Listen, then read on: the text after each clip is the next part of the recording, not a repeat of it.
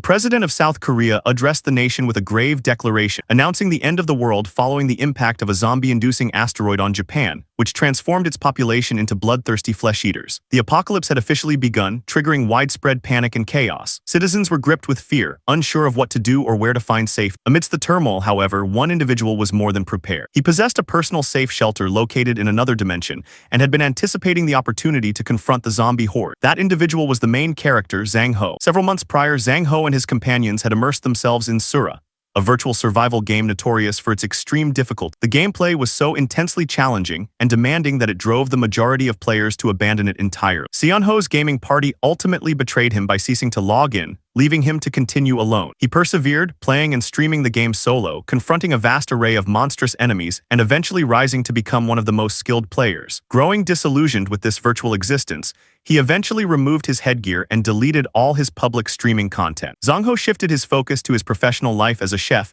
and developed a friendly rapport with a charming girl who frequented his establishment. In a moment of whimsy, he decided to chant status window aloud in the real world. To his absolute astonishment, a tangible blue screen materialized before his eyes, displaying his character statistics. These stats were identical to those from his gaming profile, with one notable addition: a new ability labeled Private Portal. When he tested this ability, a human-sized warp gate shimmered into existence. His mind reeled as he grappled with the perilous implications of this discovery, for if the game's mechanics were real, then the apocalyptic meteor event from its narrative was also a genuine threat. While searching the internet in a frantic state, Ho discovered an article confirming the impending impact of an asteroid. He struggled to accept that the fictional events of the game were manifesting in reality. He stared at the portal, the confirmation of the asteroid's arrival now coupled with this impossible gateway, solidifying that something was catastrophically wrong. He hesitated, debating whether he should actually venture through the portal. With no supernatural powers, no definitive strategy, and limited financial resources, he contemplated taking that step. After a period of reflection, he seized the nearest ladle. He carefully inserted the ladle into the portal to sample the environment on the other side. Upon retrieving it with a scoop of soil, he concluded that the destination was not one of the game's labyrinthine stages, which was reassuring, but he also began to suspect the portal might simply transport him to an isolated location on Earth. After packing a bag for the journey, he finally compelled himself to step through. In the subsequent moment, he traversed the portal and was met with the unspoiled beauty of the other side. The scenery was entirely natural, with no trace of urbanization. His immediate observation was the significantly colder climate. With no cellular signal on his phone, he deduced he was in an extremely remote location, inaccessible to others. Recognizing his potential isolation, he used a permanent marker to inscribe the number 0 on a tree trunk, an intelligent precaution to maintain his bearings during exploration. He commenced walking, but the journey proved arduous. The forest seemed boundless, offering no landmarks. Just as he was yearning for a significant event, a creature locked its gaze on him from a short distance. It immediately pounced with predatory intent, terrifying the protagonist. Fortunately, it was merely a majestic valley deer and not a monstrous entity. A critical detail was that the system interface automatically identified this unique creature for him, providing definitive proof that this realm was distinct from Earth. The deer observed him briefly before sprinting away without incident. The protagonist found its abrupt departure peculiar. He was relieved it was not hostile, but understood that encountering aggressive creatures like bloodthirsty monkeys or boars would be far more dangerous. Another significant detail was that the valley deer was not a creature that existed within the Asura game. Shortly after his arrival, he developed a strong intuition that this world was fundamentally connected to concepts of survival and its core mechanics. Drawing a blade, he advanced cautiously, mentally preparing for any sudden threats. Up to this point, he had been in denial about the impending disaster destined to eradicate humanity. However, just as he was considering abandoning his search, he discovered it. His attention was captured by a glowing sun apple, a mystical fruit which he harvested from a tree. He first questioned the safety of consuming it, then took a decisive bite, experiencing an instantaneous transformation. The system notified him of his restored stamina, and his body was enveloped in a yellow luminescence. The effects were identical to the sun apple juice consumable from the game, serving as absolute confirmation. The protagonist was now convinced of the approaching catastrophe. He also noted his proximity to goblin excrement, signaling the need for increased vigilance. Siongo released an anxious sigh, attempting to bolster his resolve. Despite his previous skepticism, he now accepted that the end of the world was imminent. After experiencing the portal's effects, he exited and returned to his original world. There, Zhang Ho began devising a comprehensive plan. He was determined to be fully prepared for the apocalypse. His first action was to compile and archive all his recorded gameplay footage from Asura onto a personal hard drive. Fortunately, he had streamed all his sessions, making the data readily available, though he had never anticipated such a practical application for it. News reports confirmed the asteroid's trajectory. The devastation of Japan was scheduled to commence in 32 days, coinciding with the start of the apocalypse. He dedicated this period to preparation, aware that the game was plagued with punishing mechanics. The most insane and problematic of these was a phenomenon dubbed Iron Death Disease. This event caused the rapid corrosion and utter destruction of all metal on Earth. Buildings crumbled into dust, a collapse that subsequently facilitated the swarming zombie hordes. With the annihilation of metal, the backbone of modern society, humanity was thrust back into a primitive state. In the game, the Iron Death Disease eventually receded, but its primary terror was its duration, a full calendar year. However, this impending disaster held little fear for the protagonist, who had a secure means of accessing his private portal via his new ability. He strongly suspected that the disease would be unable to cross the dimensional boundary. Finalizing his analysis, he liquidated all his savings to purchase top-tier survival equipment. The protagonist was essentially preparing for a real-life, high-stakes survival scenario, and he acquired all necessary gear and provision. During nighttime reviews of online forums, Zhang Ho felt a sense of disillusionment observing the few individuals who were already exploiting their awakened abilities for criminal activities and hedonistic pursuits. The following morning, he procured additional supplies for his mission. On his return trip, he impulsively purchased a hunting bow. During these errands, he confronted a moment of doubt, wondering if he was overanalyzing the situation and acting impetuously. Nonetheless, he consoled himself with the thought that he could potentially recoup his financial losses even if his fears proved unfounded. With his morning tasks complete, he returned to his shop and posted a closed sign. Zion Ho was deep in thought when a familiar voice interrupted him. It was his regular customer, the girl whose demeanor reminded him of a character from a popular series. She expressed concern about the shop's closure. He explained it was for remodeling, which led her to speculate if he had come into a large sum of money. Zhang Ho attempted to curtly end the conversation by citing work obligations, but she halted him, attempting to pose a question. The girl became flustered, failed to articulate her request, and ultimately departed. Seon Ho was curious about her intent, but despite the opportunity to inquire further, he returned to his preparation. Internally, he vowed to maintain serious focus on the critical tasks at hand. He resolved to ignore distractions and fully commit to his goal. He commanded, "Open the portal." Analyzing his inherent playstyle, he could be described as a tactician or a strategist, a player who relied on careful planning and clever tactics to overcome challenges. He was not an inherently powerful fighter and depended primarily on his intellect. The reason for this was rooted in Sura's complex stat system, where attributes were not automatically granted upon leveling up, but had to be earned through active hunting and exploration. Presently, the protagonist was in the other realm, diligently practicing with his bow. Having no prior training, he resorted to online video tutorials for instruction. Ex-Gungo assumed the correct stance, took careful aim, and released the arrow. A flash of his in-game muscle memory seemed to guide the action. The arrow sailed through the air and struck the target. He was momentarily amazed by his apparent natural talent, even entertaining the notion that he might be a chosen. However, the soreness in his hand quickly revealed his true limitation, a lack of physical strength. This realization reinforced his decision to focus on physical training to improve his endurance. With the foundational preparations complete, he proceeded to the next phase. His immediate objectives were twofold. First, to devise an effective method for hunting monsters, and second, to construct a secure base of operations for storing supply. At that moment, however, he lacked powerful weapons and had not yet established a stockpile, as those deliveries were still pending. In the interim, he foraged for golden apples, marveling at his fortune in locating them. By marking their locations, he continued his self-directed training for the impending apocalypse. This propensity for early and thorough preparation was the very trait that had ensured his prolonged survival in the game of Sura. While surveying his surroundings, Zhang Ho encountered goblin dropping. He had been actively searching for this sign for a specific purpose.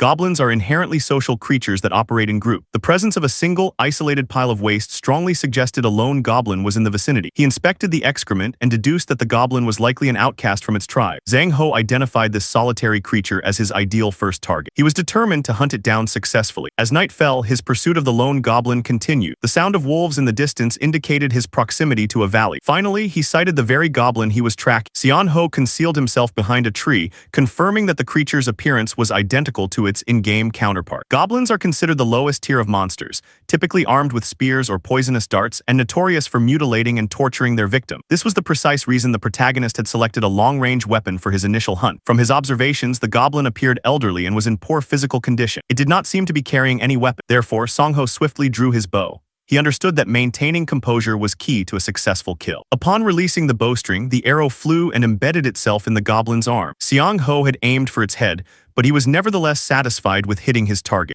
Utilizing his initial advantage, he prepared to take a second shot with his bow. However, the goblin reacted with surprising speed, hurling a stone with such force that it knocked the weapon cleanly from his hands. Sean Ho realized with a jolt that he was not facing a simple foe but a mature and battle-hardened goblin. With their primary ranged options gone, both combatants drew their blades, readying for close-quarters combat. Sean-ho gripped his knife and lunged forward, attempting to slash the goblin's side. The experienced creature dodged nimbly and retaliated with a sharp, painful smack to the protagonist's kneecap. The blow sent him stumbling, but he used the momentum to tackle the goblin, forcing it onto its back and pinning it to the ground. Here, he finally had a clear upper hand. Xiangho raised his blade and plunged it deep into the creature's chest. The goblin let out a final guttural scream of pain before the light faded from its eyes. The first kill was successful, and the system awarded him 2 points for the feat. He could scarcely believe what he had just accomplished. Scanning his immediate environment for resources, he discovered guaca powder and vegetable oil nearby. In the game's mechanics, combining these 2 items resulted in a healing ointment, but his first priority was to dispose of the corpse. Leaving the goblin to rot in the open was far too dangerous. Its tribe could find the body and use it to track him down. Furthermore, allowing it to decompose naturally risked it transforming into a bone creeper, a far more dangerous undead entity. As he contemplated this, Zhang Ho noticed a pair of red trouts in a nearby stream. His heart trembled with a sudden, primal fear. The moment he averted his gaze from the water, he discovered the creepiest owlbear monster staring down at him from a ledge above. This terrifying encounter triggered a flashback to Zhang Ho's past experiences within the game. During his streaming sessions, he had compiled extensive material and insights. Some of his chat members had even donated money, encouraging him to delve into the game's deepest secrets. Xiang Ho had gotten to the bottom of many mechanics, previously describing his experiences with goblins and other low-tier monsters like kobolds. He knew that avoiding the creation of a bone creeper was essential. He also recalled that this forest housed 2 of the game's most dangerous creatures, werewolves and owlbears. Owlbears were fiercely territorial, and their presence ironically created a form of balance within the local monster ecosystem. Remembering that era of streaming brought a wave of warmth to his heart. There was one dedicated viewer, Bulungman, who was always supportive. Others were chill but eccentric, like Barking Dog Dude, who incessantly typed woof in the chat. Strangely, Seon Ho wondered why these happy memories were surfacing now. Was it because he was staring into the face of literal horror, a creature poised to end his life? Zhang Ho refused to accept this grim reality. It was as if the memories were a subconscious command to concentrate. He used every fleeting second to devise a plan. He already knew that owlbears were vicious predators that tore apart anything in their path. The fact that this one was standing still, observing him, implied it wasn't currently driven by ravenous hunger. A more pressing concern was that he had inadvertently invaded the territory of the red trouts, a detail that seemed to be agitating the area. Weighing all these factors, Zhang Ho concluded there was likely only one way to escape this nightmare. He turned his feet, mentally reminding himself that he still possessed the strategic mind of a top player, even if his current body was the lowly physique of Kang Ho. Gritting his teeth, he let out a defiant shout, challenging the monster, a final declaration of his will to survive. The creature's eyes locked onto him, and it initiated its terrorizing first attack. Owlbears were exceptionally skilled at hunting at night, but their main weakness was a vulnerability to direct, bright light. Having memorized its attack patterns from the game, Xiang Ho knew his execution had to be flawless to save his life. He matched the timing of the beast's lunge, expertly evading its powerful slash. Simultaneously, he formulated a plan to create a disorienting light effect. Bursting forward with a surge of adrenaline, he ran up the creature's massive arm and in a final desperate move, whipped out a high-powered flashlight, blinding its eyes at point-blank range. The effect was profoundly traumatizing for the light-sensitive predator, leaving it completely disoriented and temporarily helpless. The next scene cuts to our protagonist waking up in his own bed, his body incredibly sore as his alarm clock rang. He had passed out immediately upon returning home after his frantic escape. His last memory was of running for his life after successfully blinding the monster. As sheer luck would have it, he had run into an owlbear immediately after dealing with the goblin. The thought of facing such a creature again was unbearable. He tried to get up to eat something, but his legs gave way, and he kissed the floor with a heavy thud, realizing they were utterly annihilated from the previous night's cardio. Luckily, he still had those golden apples from the other realm. Sean Ho grabbed one and took a bite, instantly feeling his stamina rejuvenate. Finally feeling more alive, he decided it was time to properly satiate his hunger. After tidying himself up, he ended up running into Tu Chahan once more. She was at a different restaurant and had coincidentally spotted him. Xiang Ho wasn't actively seeking company, but she sat down with him, explaining that she liked having a meal buddy. Mikkyong then hurriedly asked him if he had tried opening the status window. Her enthusiastic attitude made Yang Ho realize this must have been the topic she wanted to discuss during their last interrupted conversation. Mikkyong showed him news articles on her phone, assuring him that the awakenings were real and that some players were already using their powers to steal from others. Zion Ho was a little startled by her directness. He lied in response, claiming that nothing had happened when he tried. The truth was, Zhang Ho felt he was doing the right thing by keeping his abilities secret. His trait was strategic, not combat-focused, a card he could play to his greatest advantage if kept hidden. His personal safety wasn't even guaranteed yet, and revealing his hand to the woman in the red dress, in this case her, could end very badly for him. It was a smart play.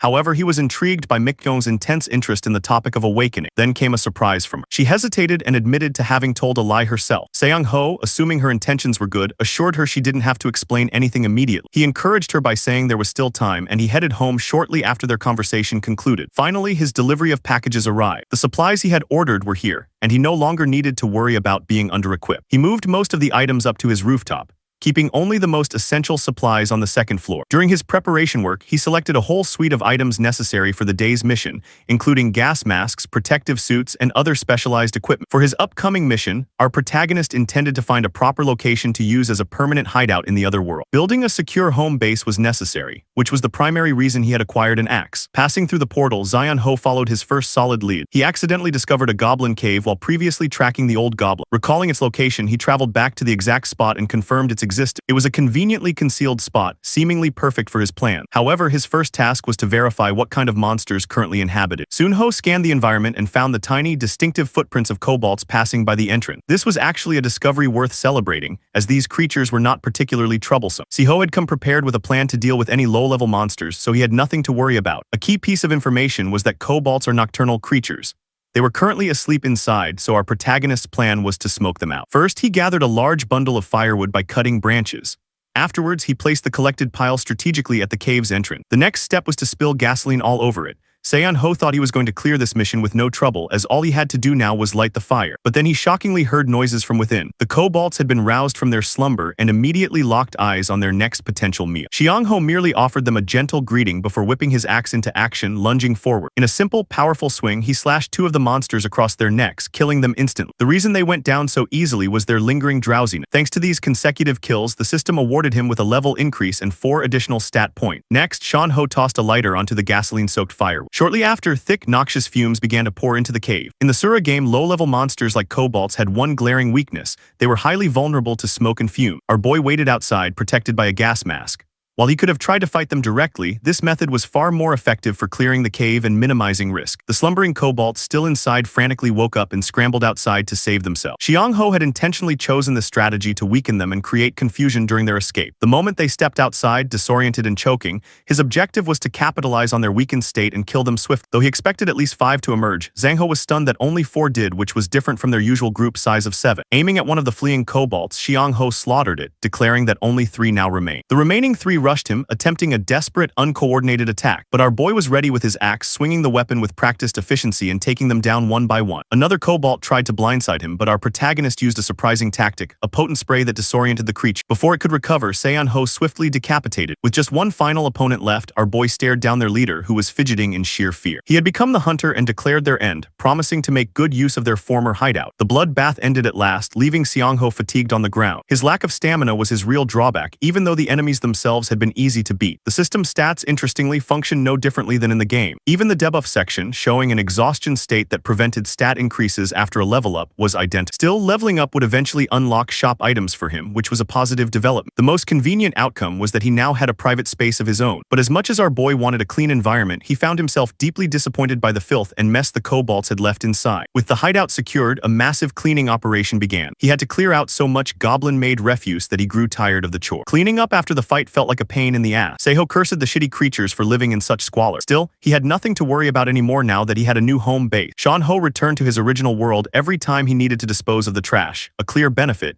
even if the cleaning process was incredibly time-consuming. One thing that surprised him most was discovering how seamlessly items could be used between dimensions. He used a pipe from his world and activated a water source in the other, astonishing himself with how well the connection worked. Hours of effort later, the place was finally glittering with cleanliness. His next tasks were to clear the remaining blood stains and work on pouring a concrete floor to make storing supplies easier. He began to think about the complications of mixing mortar and using sandwich panels for further fortification. But the one good thing about this otherwise shitty cave was that it was full of luminous stones and ignition stone. These were considered newbie-tier resources in the game, but the cave was so densely packed with them that it represented a significant boon. Sean Ho now had a compelling reason to properly mine this place once the initial construction was complete. The following day, our protagonist was at the absolute edge of his physical limits. He was working so relentlessly that his entire body ached. Checking his arm, he surprised himself with the number of minor cuts and abrasions he had endured. The various collected items from the other realm rested on a table beside him. Sean Ho wondered if he should use this as an opportunity to finally make the healing ointment. The method was simple. Combine guaca powder and vegetable oil in an equal ratio, stir thoroughly, and a low-level healing ointment was the result. Thanks to his background as a chef, the process was intuitive. Just applying the homemade salve to his arm felt like a tangible step forward. However, he was troubled by the realization that he might have to repeatedly repeatedly manufacture this basic remedy. He contemplated the more fundamental solution of raising his stats, but acknowledged the grim irony that he was risking his life so intensely he could die before the actual apocalypse even arrived. While the thought was almost darkly humorous, Xiang Ho didn't want to take the risk and began considering a more convenient weapon like a gun. Suddenly, a thought clicked in his head. There was definitely something from the game's lore he could use. This was separated from the main storyline, existing as background material. But the critical question was whether that background lore would even apply to the incoming real-world apocalypse. Utilizing that information, Xiang Ho focused his thoughts, hoping the backstory events would occur because they could benefit him in unimaginable ways. With a new plan formulated, he went up to the rooftop to gather the construction materials he had ordered. Opening the portal gate, he began tossing the heavy bags through to the other side one by one. After moving the bulk of the materials, he went back down to the first floor to retrieve a final pile of packages, only to have the same girl pop up again. Xiang Ho was starting to wonder if she was becoming a little too comfortable around him. He addressed it directly, causing her some embarrassment. He assured her he was just exceptionally busy with his remodeling work, and she seemed to accept his explanation. What surprised her was that he had missed his regular haircut, which he scheduled every 3 months. Xiang Ho remembered the appointment, and realizing a neat haircut would be practical for his upcoming explorations, decided to drop what he was doing and accompany her to her shop. There, our protagonist was starting to look like a Korean version of a certain bald internet personality. He ordered her to shave it all off, embracing the buzz cut. Surprised by the request, she decided to carry it out. What intrigued her was how Xiang Ho's shoulders had noticeably broadened. He told her he had been working out, while Mikgong steered the conversation toward the status window and its relation to the game Survival Life. She explained that awakeners were people who had played the game at least once.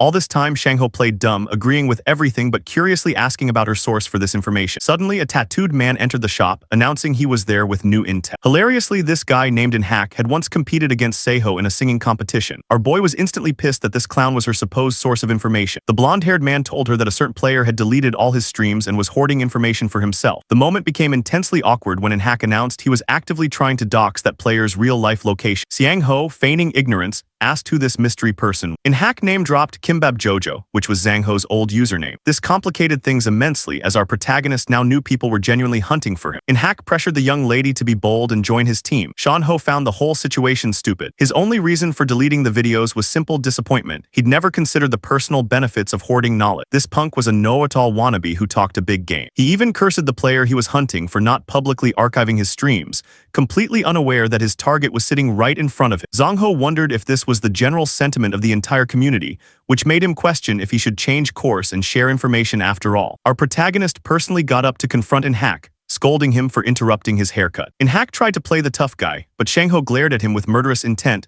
ordering him to get lost unless he wanted to be humiliated again. Intimidated, the punk exited the shop as the stylist bid him a nervous farewell. Mikkyong felt visibly relieved. Seeing her distress, our boy asked for her phone number, rationalizing that the guy was a genuine clown who could potentially threaten her safety. Back at home, our boy was now sporting a clean, model-like look with his new buzz cut. His first action was to focus on his username and look up related information on the forum. What he found was alarming. The forum was flooded with curses and vitriol directed squarely at him. He was receiving endless hate until he eventually found Enhack's username. The clown used a nickname despite having his verification publicly accessible. His entire page was a shrine of negative commentary about our protagonist, a true hater in spirit, body, and soul. Xiang Ho switched off his computer. It was the only appropriate reaction. He wasn't mentally shattered, just profoundly disappointed. But then a strange sense of calm washed over him as he commanded the portal open. He spent the next 2 days relentlessly refining his hideout, focusing on mining and construction. The pickaxe was invaluable, and he carefully spread mortar mixed with water, smoothing it evenly each day. With the work finished for the moment, he stepped outside, waiting for the mortar to dry. Under the lonely moon, Xiang Ho realized he had to respond to this injustice and cruelty. He wasn't a hero and wasn't looking for a grandiose purpose. His ultimate goal was pure survival.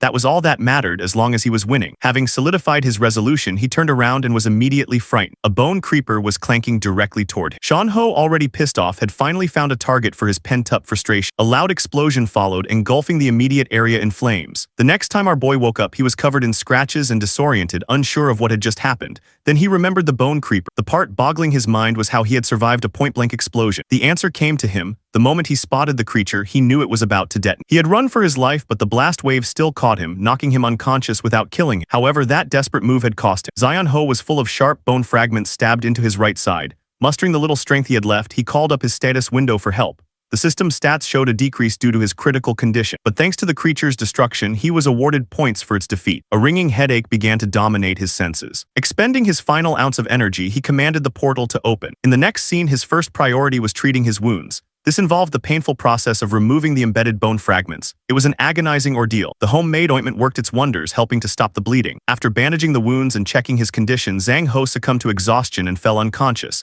He had reached his limit. The following morning, dawn broke and our boy was awake. He felt on the verge of death. His immediate worry was to check if his wounds were healing, so he summoned the status window. The system indicated he was stabilizing, which was good news. He got up and pondered the pressing question: how had a damn bone creeper found him in the first place? The forest was vast, so it wasn't impossible for creatures to emerge unexpectedly, but it alarmed him enough to focus on honing his perception stat, which would boost his detection ability. In the game, the only ways to increase such stats were by using stat points acquired through hunting and exploration, or by using equipment that provided stat boost. The problem was, Asura was a brutally difficult game. Obtaining simple stat items often meant facing monsters far beyond your level, a hellish task. Defeating monsters could also unlock skills, with higher-level beasts dropping them based on specific conditions, though not every skill suited every player. Now Shan Ho wondered about a surefire way to acquire stat-boosting items. He decided to revisit the background stories he had explored in the game. These lore events took place before the asteroids fall in the game's timeline. This meant that visiting the real-world locations of these stories could potentially yield special items before the apocalypse even began. But that was just a theory. Shan Ho knew that fighting stronger monsters was an inevitable part of this path. He spent the next few hours reading up on past information and learned about 3 important locations from the background stories: the Russian ship, the Hobgoblin, and the Jerry Mountain Orc incident, which was the most time-sensitive. According to his footage, the orc was discovered on the 26th, so he had to depart on the 25th to find it early. With his next mission in sight, our boy grabbed his phone and saw that Mikkyong was calling him late at night. In the next scene, the two met at a cafe. She asked about his condition, questioning why he was wearing a long-sleeve shirt in the summer heat. Bro had to hide his wounds and realized this woman was far more observant than she seemed. She thought he was bothered by the incident at the shop, but Song Ho denied it. She expressed how scared she had felt. Shan Ho reminded her of an incident last winter where the same guy had caused trouble using an illegally modified tow truck and had fought people. Long story short, he was a shitty human being. Mikkyong was stunned by this news, having had no prior intel on him, but our boy begged her to stay away. Sing Ho then directly asked the reason she had invited him out. The young lady leaned close and revealed in a whisper that she was actually awakened. Seong Ho was shocked, having no idea why she would reveal such sensitive information. Playing along naturally, he acted jealous that he hadn't been so lucky. She felt bad for having lied to him before, but he assured her it was okay. Concluding their meeting, he got up to leave. Seong Ho was quietly happy to be entrusted with that secret and admitted to himself that he felt better because of her honesty. Before leaving the cafe, he intentionally left a small clue, stating his newfound interest in the survival life game and his full intention to study it thoroughly. Returning home, Shan Ho admitted to himself that he genuinely felt happy to have found someone like Mikkyong, a person with good character. He proceeded to check online stores and ended up purchasing several advanced drones and even rented a car for better navigation and transport. After securing his new assets, he headed straight to bed to recover his strength for the demanding day ahead. The next day arrived as scheduled. The moment dawn broke, he began meticulously preparing materials specifically for hunting the orcs. Within his home base, he carefully crushed and refined the volatile ignition stone. This process required precise handling, as an incorrect strike could cause them to flare up dangerously. Next, he turned his attention to the luminous stone. Mining them was a blinding task due to their intense light emission, but the payoff was worth the effort, so he persevered. After grinding both types of stones into a fine powder, he had completed the primary components for his plan. The next phase of his preparation involved creating a compound. He mixed sugar, gasoline, and organic solvents together. The final, crucial ingredient was a hardening agent designed to solidify the ignition stone powder. Thanks to his private portal's ability to maintain flexible coordinates between dimensions, he could easily set up a dedicated work desk for this dangerous alchemy without any logistical difficulty. Before departing, he securely wrapped all his luggage and specialized equipment, loading everything into the rented car. Satisfied with his purchases and preparations, Seiho began the drive to Jury Mountain, his objective clear: to hunt and kill the orcs. He arrived at the Yungri campground parking lot just before midnight, using the remaining time for mental image training and ensuring all his gear was safe and accessible. When the clock struck midnight, he initiated a full-scale search of the area. 2 hours later, the weather had deteriorated significantly. The rain was pouring down and a thick mist limited his visibility. He wondered where the orcs were supposed to emerge from the earth, having already scouted the perimeter of the campground. He began to think that the precursor phenomena from the game didn't occur in real life, but his thoughts were abruptly severed by a loud, guttural roar. Panicking, he looked behind him. From the direction of the sound, a dark, shadowy figure was approaching. Our protagonist realized it was an orc, and not an ordinary one. It was a red orc subspecies, which guaranteed a skill drop upon its defeat. Kang Ho tried to calm his nerves and fired a firecracker into the air. Everything proceeded according to his strategy. He could definitely capture it. The method he had devised to deal with orcs was straightforward. The first step was to use the creature's innate aggression, drawing its attention with the flare and noise. When the orc became distracted by the firecracker and began to attack the source with its axe, that was the critical moment to seize the opportunity. He needed to aim at the orc, instantly open a portal directly in front of it, grab a flashbang, and activate it. The intense light would blind the orc for approximately 20 seconds, creating a race against time. The plan was to then destroy the orc's muscles, which would be weakened by the disorientation, drastically reducing its mobility. The orc, enraged, screamed and swung its massive axe in a wide arc, intending to crush our hero. But our protagonist was swift. He bent down at the last possible moment, dodging the lethal blow. In the same fluid motion, he took his knife and stabbed the orc's foot. The creature yelled in agony and dropped to its knees. The moment the orc's eye level was even with his own, he shoved the pre-made flame canister directly into its mouth. The canister exploded almost instantly. Our boy began to celebrate his victory prematurely. Suddenly, the orc's fist, in a final act of defiance, landed a powerful punch that sent him flying back. He scrambled to his feet, knowing he should never have let his guard down. He watched as the orc took a step toward him, its upper body engulfed in flames, though it was clear the creature wouldn't survive its injuries. Our protagonist was sure he was about to be minced by the dying orc. Right then, his system notified him that his level had risen to 3 and he had just received 10 additional stat points. He also acquired the skill Will to Survive. Fueled by this sudden surge, he got up, muttering to himself that he couldn't handle this situation as he was. Wondering where the drop item was, he noticed a faint light glinting on his wrist. He looked down to find the drop item was a perception watch. He sighed in relief. It would have been a major hassle to search for the item in the heavy rain. He stepped closer to the now dead orc, his mind racing as he wondered what to do with the massive corpse. He recalled that the giant orc incident from the game lore was supposed to be under an information embargo. He then questioned if it was the right decision to act on this information, as the situation could easily spiral out of control. Thinking about what Mangkyong had said, that awakened were people who had played the game at least once, led him to one conclusion: there must be several thousand awakened individuals. Even if only a small minority were like in Hack, they would cause the collapse of social order and laws for personal gain, leading to widespread chaos. The most immediate problem was that he couldn't leave the dead orc where it was.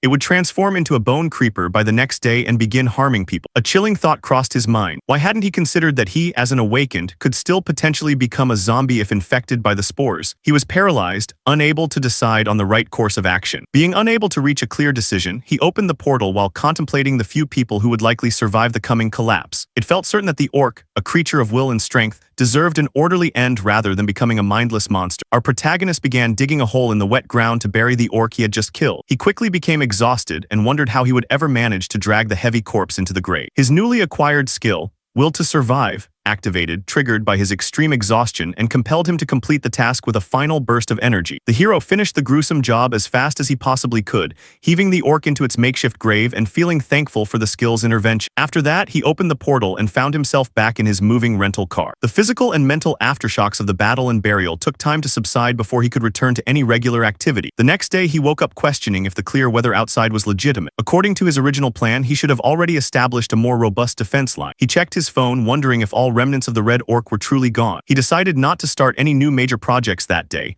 The timing just didn't feel right. Instead, he turned his attention to the items that had been delivered in the early morning. Inside the box were most of the weapons he needed, though he noted he could only practically use one as a makeshift Indian war club. A few key items from his order were missing. He picked up a note left by the supplier explaining that some of the items were illegal to possess and had been seized by customs. As he was busy inspecting the weapons he had received, he heard another delivery van pull up. He shouted for them to just leave the packages at his front door. A knock followed, confusing him as to why the delivery person hadn't complied. He repeated his instruction and then opened the gate. It wasn't a delivery person, it was Mangkyong. She stood there, explaining that they hadn't met in a while and she wanted to discuss something important with him. She was holding a bag of food and asked if he wanted to eat some rabbaki with. Now, with just 24 days left until the apocalypse, our protagonist was unable to believe that Mangkyong had visited his house. He grew visibly nervous and couldn't stop blushing. After she served the food, she told him to eat before it got cold and he complied. Once they finished eating, he asked what she wanted to talk about. She cut straight to the point, referencing his earlier comment about looking into Asura, and said she wanted to discuss some important information about it. This wasn't what our boy had expected. He had thought perhaps she wanted to date him. He assured himself that discussing apocalyptic preparations with her was the best option right now,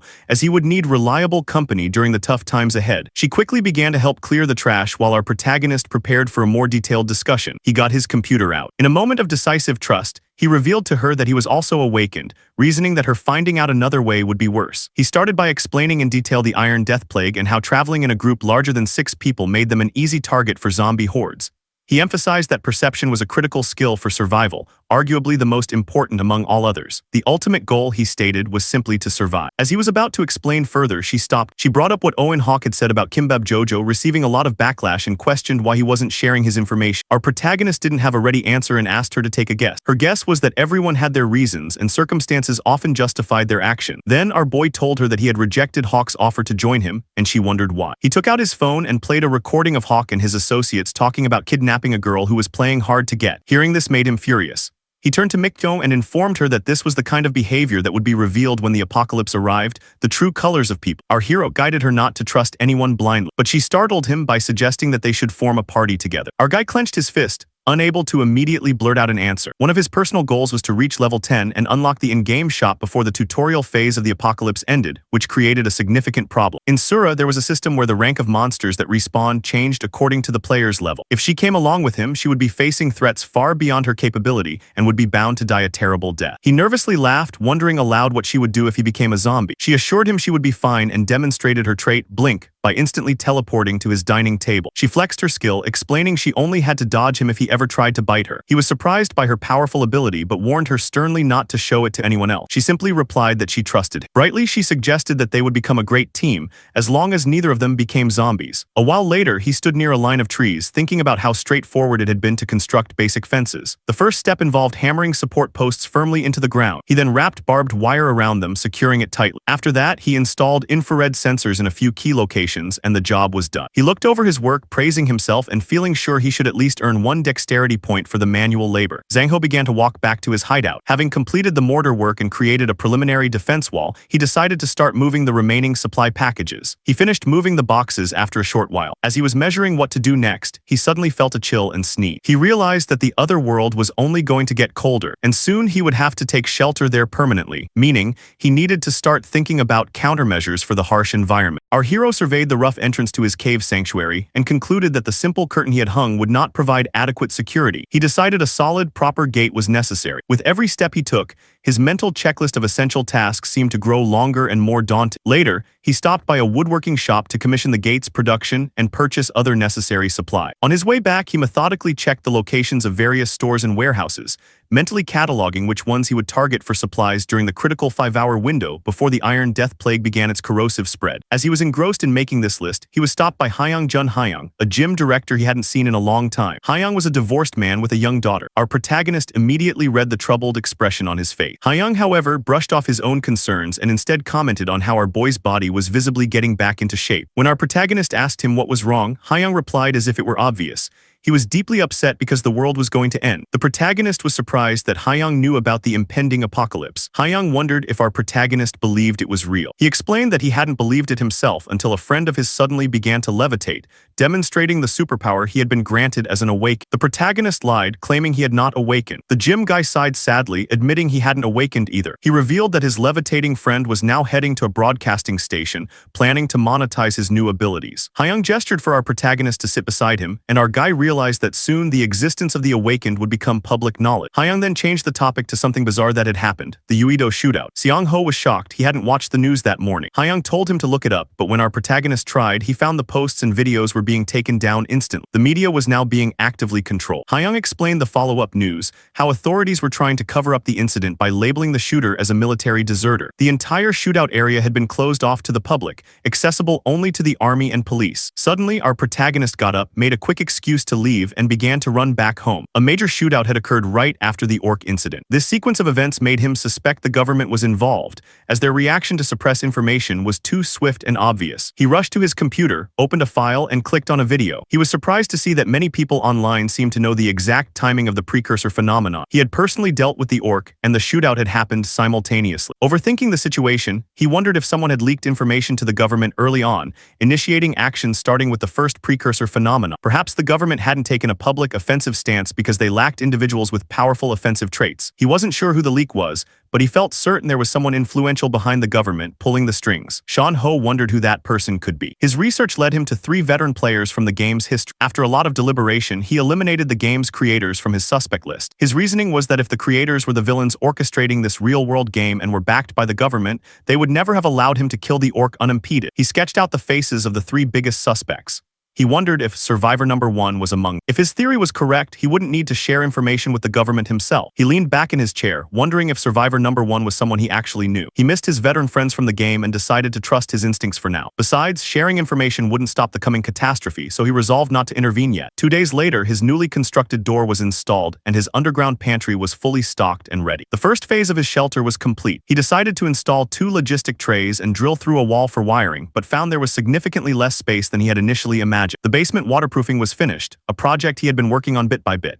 He walked away, deciding he would figure out the spatial issues once his body had fully healed from his recent ordeal. Phase 2 involved a critical task, mapping the surrounding area with his drone. With his VR set on and the drone airborne, he observed his shelter from a midpoint and began exploring the terrain. The drone reconnaissance revealed snowfields to the northwest and an ocean to the south. The ocean appeared to be free of monsters and rich with potential prey, so he decided to set up traps to catch fish. He carefully examined the valley to study the ecosystem around his shelter. Suddenly, his drone feed showed the spot where he had buried the owlbear, but the corpse was missing. He wondered if a big furball had eaten. He withheld final judgment because he noticed many footprints around the site, most of them belonging to orcs, which made the situation even more suspicious. He measured the distance between the valley and his shelter to be roughly 1.5 kilometers, realizing his sanctuary was in a more dangerous location than he had initially assumed. Knowing that goblins were also active nearby, he decided to recall the drone to avoid losing the valuable asset. He managed to sketch out a detailed map and identified the types of animals present in the forest. His next task was to physically scout all those areas himself, starting with the closest swamp to see if farming was feasible. Suddenly, his infrared sensors went off. He stepped outside and identified goblin footprints imprinted on the ground. He had been anticipating this, and it created a perfect opportunity for him. He wondered if his recently increased perception stat was the reason he could detect them so easily. Even the smallest sounds were now super clear to him. After a short while, he was able to spot a group of goblins without revealing his own position. It created the perfect ambush angle. He pulled out his spear and arrow, launching an attack that struck a goblin directly in the head, killing it instantly. The remaining goblins, enraged by their comrade's death, charged toward him to attack. However, he swiftly dispatched them as if they were easy prey, killing 4 in quick succession before turning to face the remaining 4. He found himself surrounded,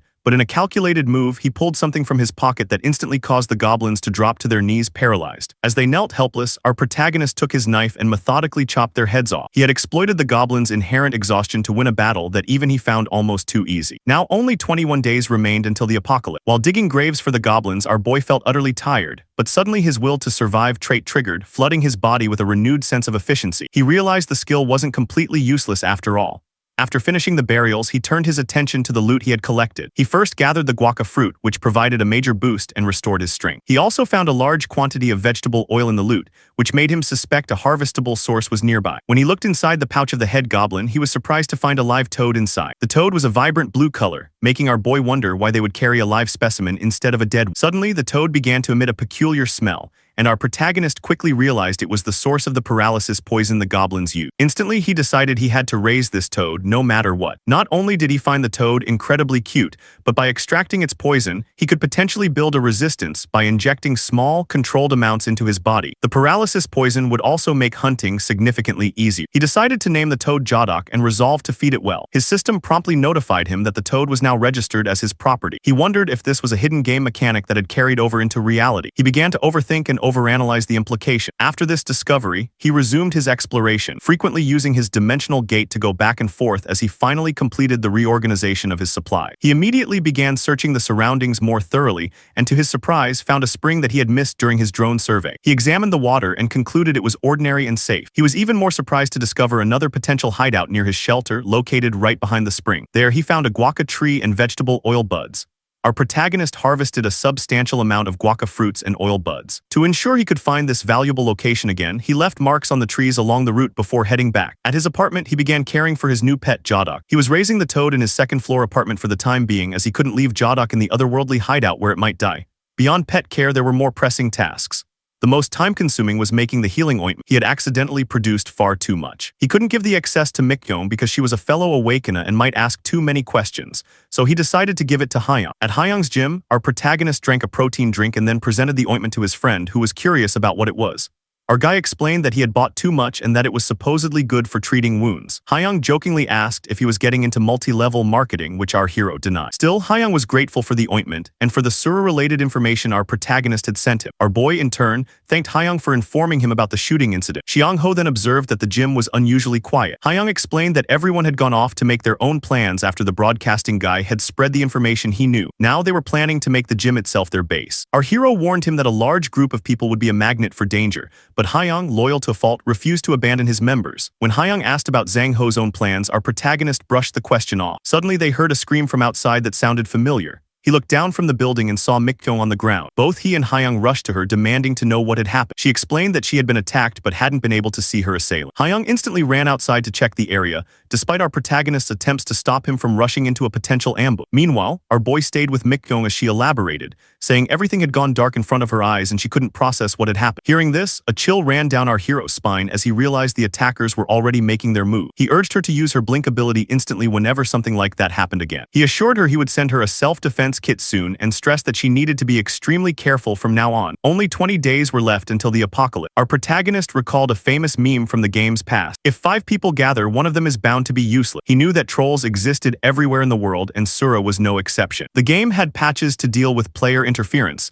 and while the developers would answer reports, they never seemed to actually catch the trolls. The game world of Sura has a problem with dishonest players known as trollers.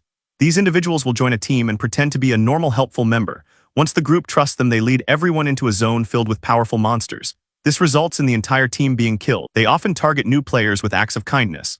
After gaining a beginner's trust, they betray and kill them to take all of their possessions. Trollers have used many different methods to cause fighting within a party. This toxic behavior caused the game, which was never very popular, to completely collapse within a single year. The number of active users fell to just 4. This low number was only achieved because a team led by a user named Sean Ho managed to remove the remaining trollers. The main character wonders why he is explaining all of this background information. He then gives a short summary of everything he has discovered. The various online communities for Awakeners have all joined together after a violent incident called the Uido Shootout. These combined groups are not just sharing knowledge and data. They are also actively planning and organizing secret plans. He stops talking in the middle of his sentence when he makes a new discovery. He finds that people are also recording and selling videos of his own activities. As he continues to browse the website, he learns something shocking about a former teammate. He discovers that a player named Dajisim was secretly a troller. He is stunned to see a video thumbnail featuring Dajisim. The title of the video claims that Dajisim was carried by a skilled player named Kimbup. The protagonist Ho now suspects that this troller is using a cleverly edited video to trick and lure new victims. Surprisingly, he feels a sense of admiration and claps for Daju. He acknowledges that Daju's thinking is very smart. He stretches his body and makes a decision. He needs to train much more to properly deal with people like that. For the next 13 days, he uses every moment of his free time to practice. He studies an online channel called Miti, which focuses on survival skill. From it, he learns how to use various weapons and techniques that are effective in real combat situations. During this same period, he also watches videos about monster attacks and their hideout. He notices a serious flaw in many popular strategies and weapons. They completely fail to consider the threat of the wire disease. After finishing his 13 days of training, Zhang Ho is finally ready to select his main weapon. He needs a weapon that will still be usable if the wire disease affects him. It also must be effective in fights against other people and strong enough to eliminate monsters. He looks inside his bag of tools for option. He sees an Indian war club, a wooden slingshot, some ochre clay beads, and a handmade stone axe. Unfortunately, not one of these items perfectly meets all of his requirements. His first choice to test is the slingshot. It is a tool with high utility in many different situations. However, the ochre clay beads he uses for ammunition are ambiguous because their hitting power is very weak. Next, he decides to try the Indian War Club. He thinks that once the wire disease is accepted as a fact, there is no reason to worry about it. The simplest method to kill a zombie is to use a blunt weapon to smash the skull and destroy the spores living inside. He remembers that the first weapon he planned to buy after reaching level 10 was a blunt weapon type item, specifically an ebony wood club. That memory is why it was so important for him to raise his skill with blunt objects. But now he is not sure if the Indian War Club is a good weapon for fighting people. He believes it is ambiguous because it would be very difficult for him to confront a psychic awakener using only this club. He knows that within the rules of survival life, killing another human player rewards 50 points. A special rule called the murder system exists to prevent players from abusing this. If a player is registered as a murderer, they are forced into death matches with other nearby players. This system discourages player killing despite the point reward because of the heavy penalty. Meanwhile, he practices on a training dummy and completely destroys it using his Indian War Club. He makes a decision to avoid any players who engage in that kind of combat until he has finished collecting better items and skill. After his hard training session, he wipes the sweat from his forehead. He starts to make a plan to completely dismantle the store, but he stops speaking when he hears a new sound. It is the sound of a wolf coming from from very close by. He is shocked and wonders if an animal has been injured near his hideout. He soon finds the wolf. It is much bigger than a normal wolf, large enough that a person could ride on it. The system interface identifies it as a gray wolf. As he looks more closely, he sees that the wolf is not breathing. He questions whether this is a lone wolf or if it came near his hideout after being attacked by something else. To get more information, he begins to carefully check the wolf's body for injuries.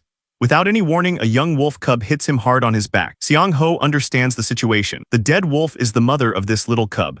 The cub has placed itself between him and its mother's body to protect. He feels confused because he cannot use physical force to separate the little wolf from its dead mother. He goes to get a shovel. His decision is to bury the dead wolf as quickly as possible. As he starts digging a hole, he thinks about the possible dangers. If the dead wolf was a monster, it will transform into a creature called a bone creeper. If it was a normal animal, its corpse will attract more monsters to the area. After some time passes, the hole is completely dug. The young wolf cub is now sleeping peacefully beside its mother. This sad scene reminds the main character of his own younger self and a dog named Mongchai that he raised when he was a child. Next, he gently picks up the little wolf. He explains to it that its mother will be sleeping in this place forever. He adds that the cub can come and visit its mother whenever it wants to. He plans to make a special small door for a dog in the main door of his hideout. Then Seon-ho gives the wolf a piece of meat. He makes a promise that he will make sure it never starves while it is growing up. He asks for its help in return using its amazing sense of smell. He asks the cub if it agrees to this arrangement. The small wolf answers him by making a soft, happy sound. Then the main character gives it a name, Dingo, and gently pats its head. A window from the system appears with a notification. It states that he has successfully achieved communication with the gray wolf. This gray wolf named Dingo is now considered his personal property. With that event completed, there are only 19 days remaining until the apocalypse arrives. Zion-ho is very busy with the training of Dingo. He instructs the wolf to repeat the actions he has just taught it. When our main boy calls for a paw, Dingo obediently places its paw on its owner's hand. Then the wolf runs. When instructed, it sits down, it lies down, and it stays quiet, following every single command our hero gives to it. Finally, he throws a large piece of bone high into the air, and Dingo successfully catches it with a high leap. The protagonist feels very satisfied. He notes mentally how quickly the wolf learns new things, likely because it is originally from another world. He reflects on its excellent scent tracking skill. In his mind, he considers Dingo to be a bundle of luck and a true blessing. He shows care for his adorable companion by giving it a kiss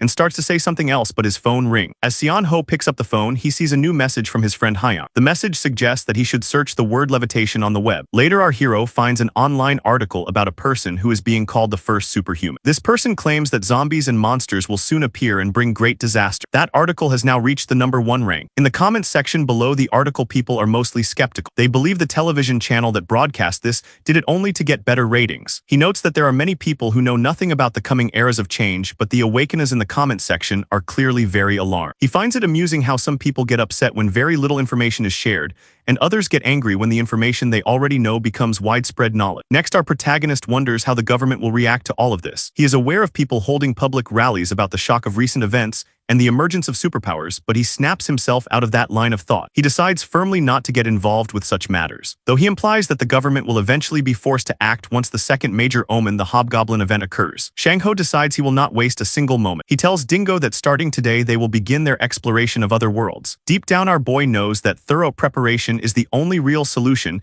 and Dingo seems very eager for the new activity. Later, they enter the portal world together, and Sing-ho reflects on his main reasons for choosing interdimensional exploration with Dingo. He lets Dingo sniff a small pouch and then orders it to go and find the pouch's contents. The first reason for this type of exploration is to prepare for the upcoming Hobgoblin event. He needs Dingo to properly learn and remember the specific scent of goblin. Meanwhile, Dingo barks loudly, having found the piece of flesh hidden in some bushes, and our hero feels proud that it managed to track the item down using only a lingering scent. The second reason is to test if Dingo can stay calm during live combat and continue to follow commands. So he gives a hand signal, and the wolf immediately dashes forward with great speed and precision. Dingo successfully hunts a rabbit that is hiding in the grass, and our protagonist praises it highly. The third reason for this exploration is to confirm whether hunting for food is possible in the other world. Seong-ho approaches Dingo to inspect its prey, observing the dead rabbit and noting its unusually strong claws and large size. Afterwards, our boy and his little wolf continue their journey. Moving ahead, he wonders what Dingo's natural abilities would look like if they were written as statistics. He decides to head toward a nearby valley to verify this for himself. Then a system window appears notifying him that Dingo's health stat has increased by 1 point. Remembering that his own health stat when he was Kimbafo was 170, our hero is impressed by how fast Dingo is growing and becoming stronger. Suddenly, Dingo begins to cough, and our protagonist rushes over to offer it water. He reminds his partner not to go alone into the deep woods. Dingo drinks the water while our boy spots a large green pepper growing nearby and wonders if the wolf ate one of those. The system reveals the plant is called a bull pepper. Seong-ho is pleased to find such a useful item in the woods and praises Dingo, promising plenty of good treats for it later. He starts digging carefully to harvest the bull pepper plant. Next, they set out for their final hunt of the day. Both of them sit on rocks at the edge of a shallow stream. This time, Dingo does not detect any unusual scents or presences in the area. Deep down, our boy reflects that red trout are not classified as monsters.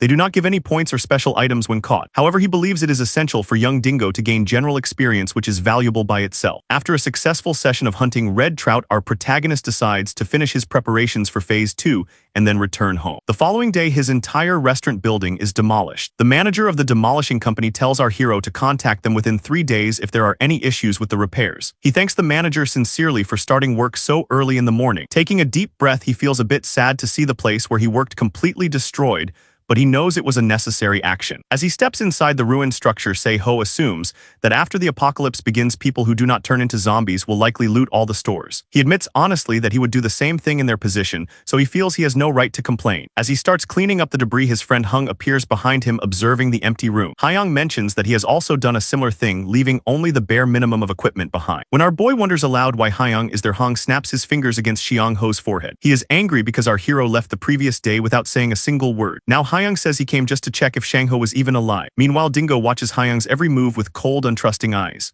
Hyung wonders aloud if Zhang-ho always had a dog, but he explains that his previous dog is long gone. He adds that this is his new pet, and Hung calls the wolf adorable. Then Zion-ho asks again why he is here, and Hyung repeats that he only came to check on him. Our hero does not believe that story, so Hyung shares another reason for his visit. He admits he was genuinely worried, but also reveals that he has found the people behind the recent attack on their friend Mikko. With that revelation, only 17 days remain until the apocalypse arrives. Sitting down together with Hyung, Ziang-ho learns new information. The party was organized by a man named Kim Kaol-jun, who is known for always wearing a hat. This party is actually specifically targeting Mikko. Hyung also mentions that the tow truck driver, which our boy strongly dislikes, is involved with their party as well. He points toward the mountains in front of them and asks if the area near the base of the mountain is where the city's redevelopment project halted. He adds that their group's hideout is situated there. However, our protagonist is curious how Hung was able to discover all this secret information, and Hung explains that the various clues simply lined up logically. He states that Han Jinong, the man who can levitate, had recently appeared on a variety show, and Hung had asked him about it direct. Hanjin revealed he had met with Cha Jun's group before, but their members were all very unpleasant people, so Hanjin refused to stay with them due to strongly conflicting personality. After the incident with Mikkyong, all the female members began to leave the party. When people asked them why they were leaving, the women simply said they had received better offers from other Awakener groups. Hyung asks Se-ho for his opinion on the situation. Our hero replies that unlike Mikkyong, the other women were probably tricked into joining the other parties. Hyung then shares surprising news. He reveals that their own party is now down to only 4 members, including himself. This information stuns our protagonist. He clearly remembers the party had 20 members only a few days ago. Hyung does not give more details, but our boy knows that now their small group has only 2 Awakeners. Shang-ho has a hard time understanding this. He recalls how their group had done many favors for those members who still decided to leave. Yet Hyung remains calm and collected. He tells our protagonist that this is just the way things are. Those people were only thinking about their own safety and survival. Furthermore, Hyung says he is worried about his young daughter Jiyeon. He is debating whether or not he should contact his ex-wife about her. Our boy keeps his expression neutral. He knows that Hyung's situation is different from his own. He wants to know if his own thinking is correct. He decides to ask Hyung a question that has been bothering him. Our protagonist wonders if the apocalypse really happens and people start to threaten Hyung, what would he do? Before he can finish his sentence, Hyung interrupts him. Hyung insists he would not hesitate to kill those people. Hyung says he normally has a principle against hurting others, but in a major disaster with no laws, there would be no other option. He believes that in such terrible times there is no room for evil people to survive. Then Hyung asks curiously why Xiang-ho would ask such a question. He notes that it does not seem like something our hero would usually ask. Our boy does not give a real answer. At that exact moment, a loud yell for help is heard. The sound is coming from our hero's cell phone. Hung wonders if it is the sound of a lost child,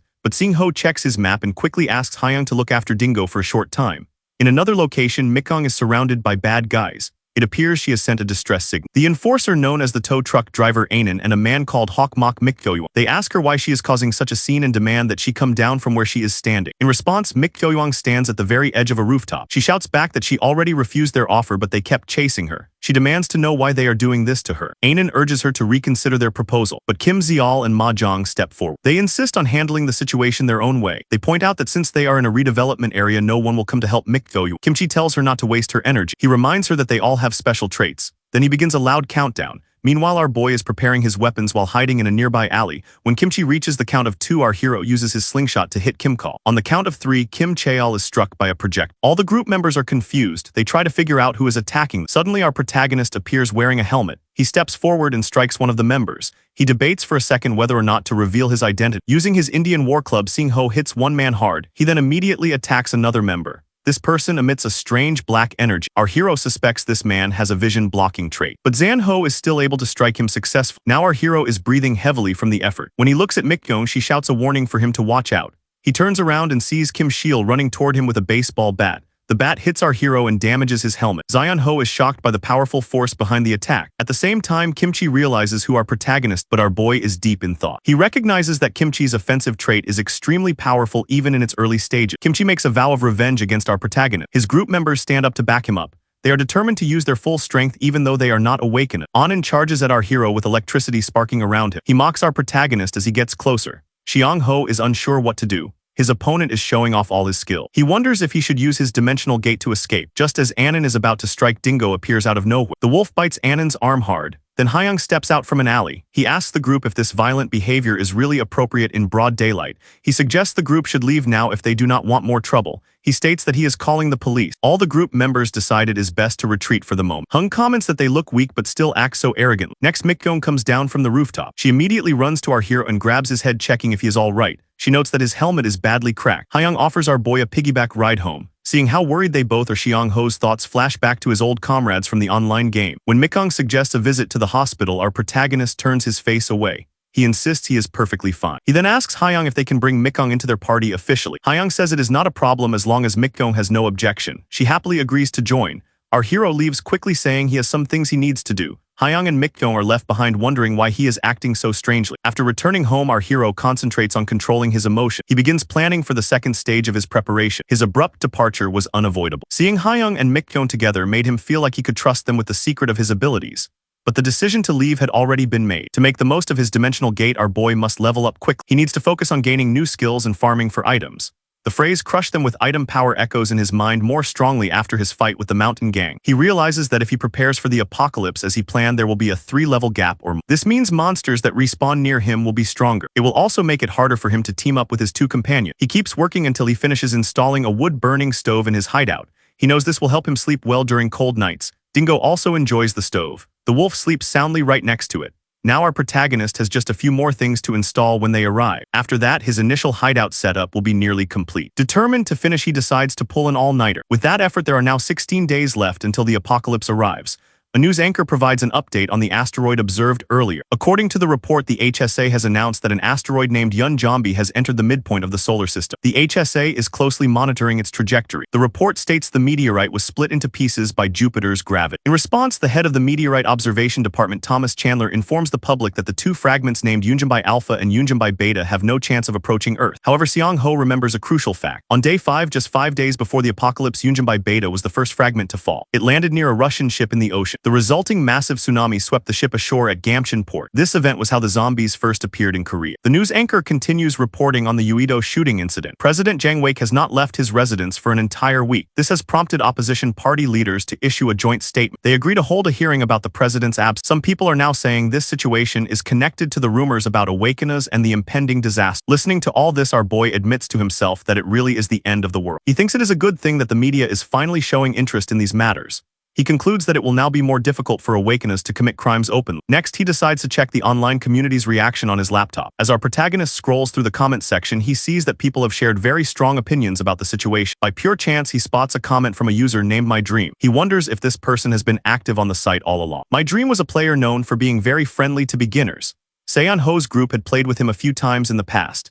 My Dream's great ambition was to build a strong bunker for the disaster. Our hero thinks that if he did not have his portal ability, he might have been tempted to join My Dream's group. He decides he will not enter into any contract unless his veteran friends from the game also join My Dream, but he bookmarks My Dream's comment for later reference. After closing his laptop, our protagonist looks forward to building his second shelter. The next day, Seon Ho stands in front of his hideout. He realizes it is possible to pull 2 all-nighters in a row. He feels completely exhausted, but seeing his completed exterior wall gives him new energy. Now it is time to figure out how to use the electricity electricity generated by his solar panel. Simply put, there are several wiring steps required to make the electricity compatible with his electronic devices. Luckily, when our boy puts his phone on the newly wired charger, it works perfectly. He raises his arms in delight.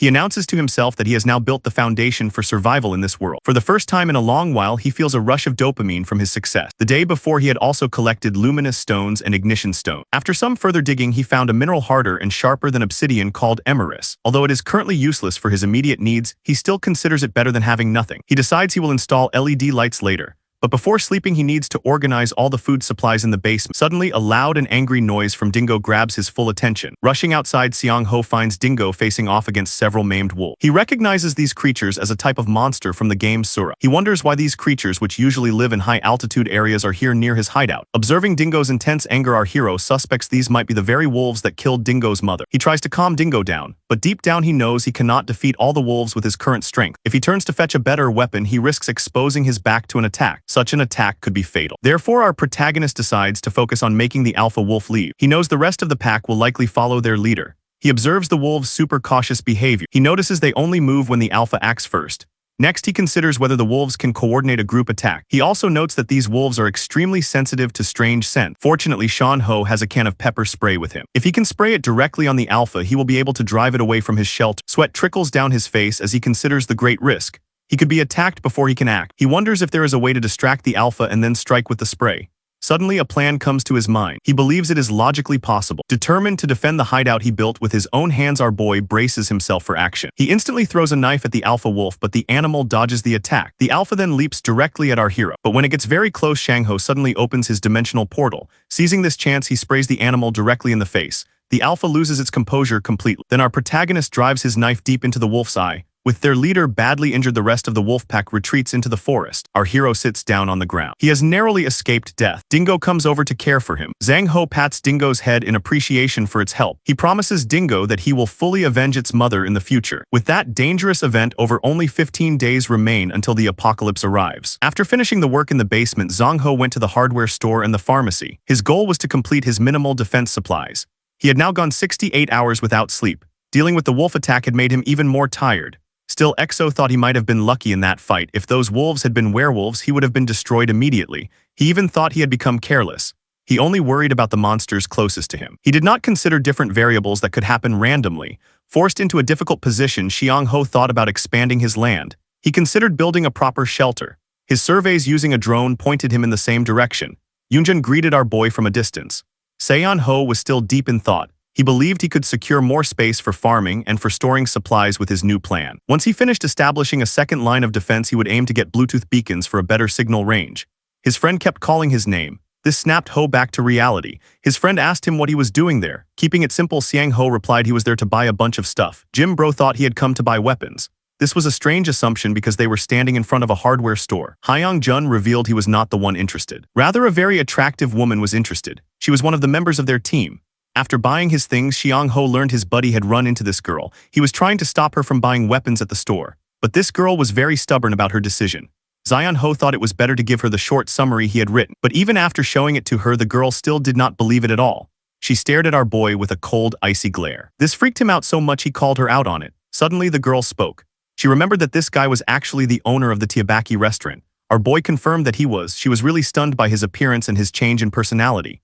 Seong-ho assumed she thought he was being rude and apologized, but she reached for her wallet and gave him a card instead. This young lady was Jo Swang. Believe it or not, she was actually a doctor. She was both intelligent and attractive. Right after figuring out she was a doctor, Seong-ho taught her the basics of the game. He did it the same way he had with Hyung-jun and Mikyo. The doctor concluded she did not really care. She thought the game did not have a real scientific answer. Seong-ho confirmed it was just a stupid game, but Soo-yeon was not finished yet. One thing was bothering her. She instantly pointed out that he was an awakener himself. Our boy was a little upset by her assumption. But Soo-yeon was very smart. She could tell his explanations of the game were so vivid. There was no chance this guy had not played the game. Soo-yeon did not pursue the thought further and thanked our boy for his summary. Meanwhile, Hyung-jun was feeling jealous for not explaining things properly. The doctor told him humorously he did not compare to the level of depth Seong-ho had about the game. Grateful for his help, Soo-yeon befriended Song-ho for being a good person. Another attractive woman was added to the team roster. The very next day, our boy was back in his room cleaning his spear blade. This new weapon looked good and he was curious to test it in battle. Seong-ho's initial setup was now complete. He called his favorite dog Dingo. He explained they were going to avenge his mother. It was not exactly revenge, but it would be a huge problem if an intruder discovered Shangho's hideout. That was why they needed to act quickly and take care of those dangerous people. In the next scene, John Wick and his dog were ready to kill some enemies.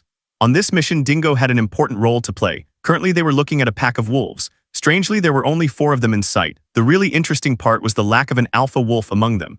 Upon closer inspection, Zhang Ho realized what was really happening. An owl bear was fiercely tearing apart the wolf's flesh.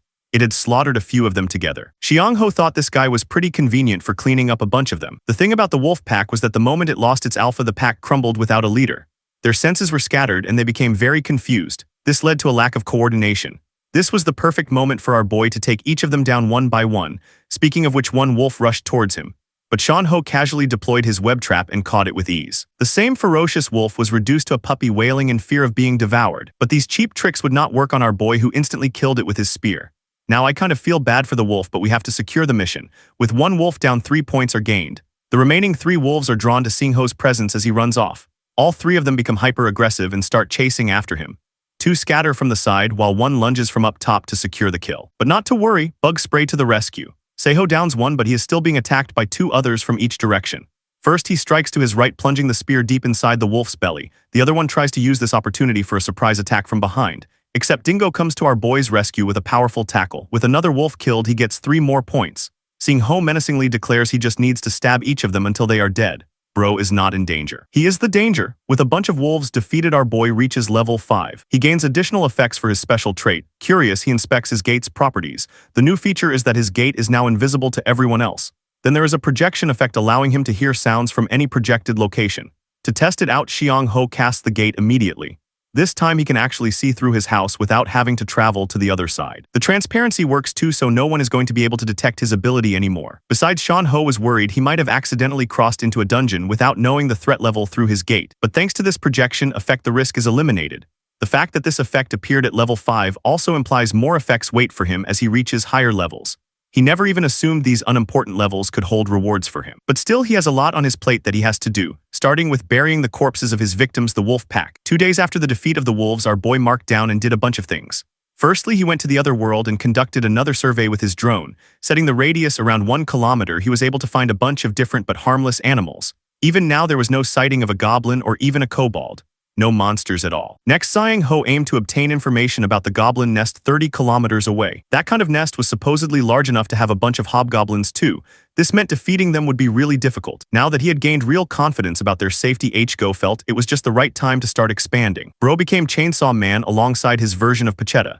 He mowed down the trees, clearing the area. He flattened the ground and transformed the same hideout into a proper shelter base.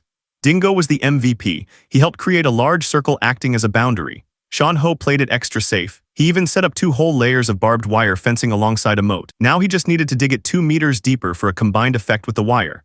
While he was doing all of this, he also watched TV thanks to his projected portal. The government freshly announced plans to carry out a proper investigation into awakeners. In the real world, Xiang Ho actively bought materials from hardware stores. He visited multiple home renovation stores to obtain tool sets. Then on the way back to his place, he even spied on Chihin's hideout. If that was not enough, Xiang Ho even went on a limb to rent a motorcycle and a mini excavator.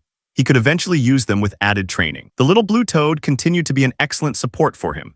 Seiho routinely injected a small amount of poison to build up resistance, but eventually he had gathered enough of it to merge with a weapon of his choosing. In his room, he finds himself completely shocked. Survivor 1, a guy with literally 4,500 hours spent on the game, joined the mission. This made Shan Ho wonder about the Uido shootout. He also wondered about the government's shady control over the media. Even the incident of the president's behavior being cooped up in one place.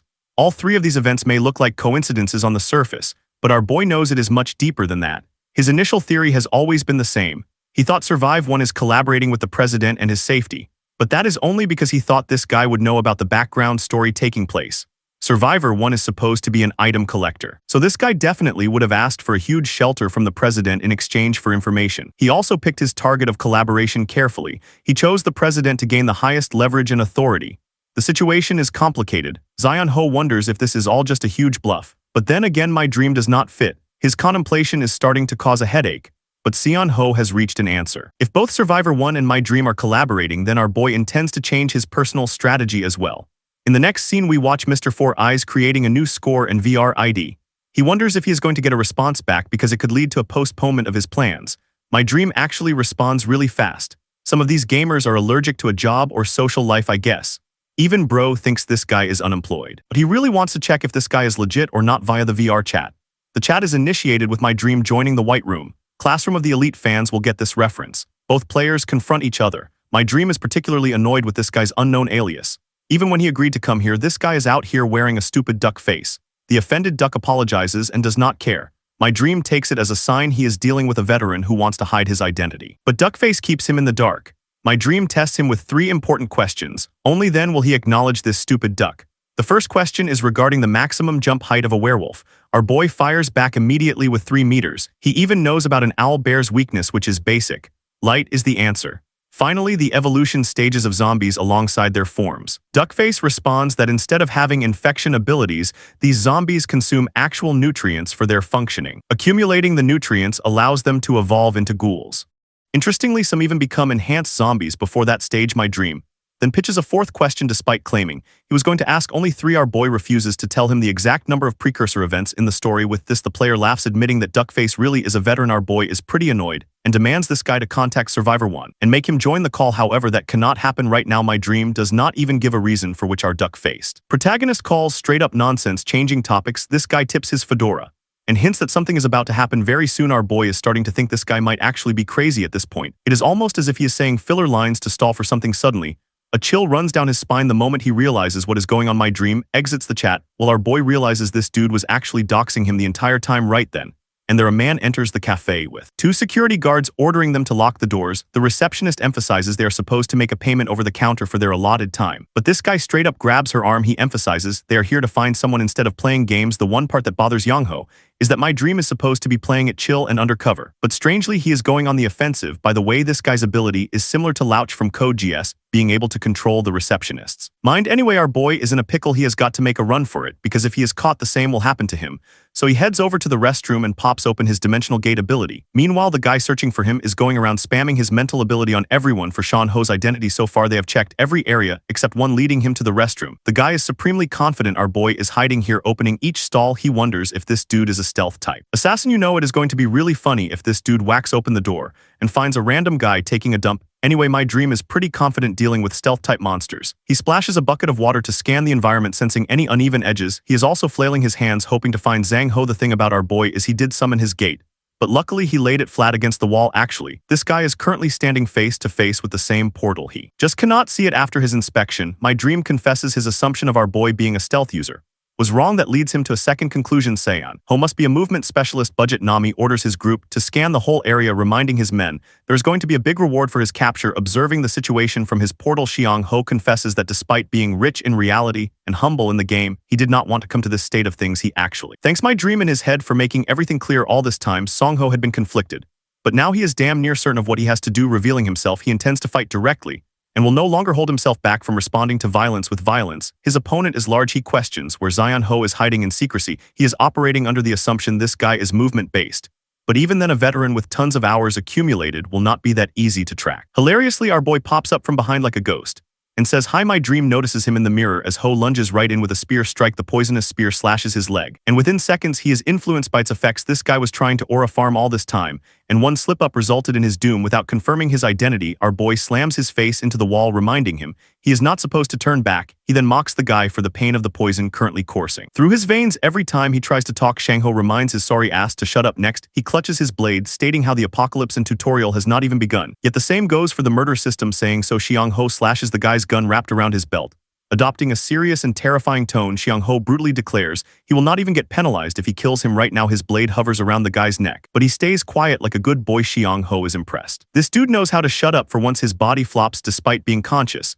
It will not move for a while because of the poison. First question, Sean Ho inquires why this dude was trying to sell out Survivor 1 and targeting innocent people because of it. Instead, the same dude who tried to hunt others was now just a paralyzed victim, a pathetic monster that could be farmed without lifting a finger. My dream curses who takes his gun and reminds him this is the price he will pay for even entertaining the idea of capturing him. Our boy grabs his knife and chillingly threatens to actually kill this guy if they see each other again. After this, Sean Ho ended up escaping the cafe long before my dream's group arrived. He safely made it home and then went to the other dimension. Here he took apart the gun and began inspecting this guy's ID. The guy's name is Kwan Kyong Jun. He is in his late 30s, runs a golf club, and actually controls 3 bunkers through them. Finally, bro is a sugar daddy to multiple, which means he gets all the benefits for his abilities. Xiang Ho assumes he has got something really powerful based on the number of hours he spent on the game. The skill is related to mind control. That much is clear. All of this useful information is now Sean Ho's to use. Of course, skills are not supposed to improve just because someone spent a few thousand hours in the game. Even Valorant and Counter-Strike no-lifers spend 10,000 hours only to remain hard stuck anyway. Xiang Ho understands the game always valued survival above everything, so his own portal skill is basically a cheat for veterans. For now, he wants to keep this a theory until he is able to confirm another veteran's skill.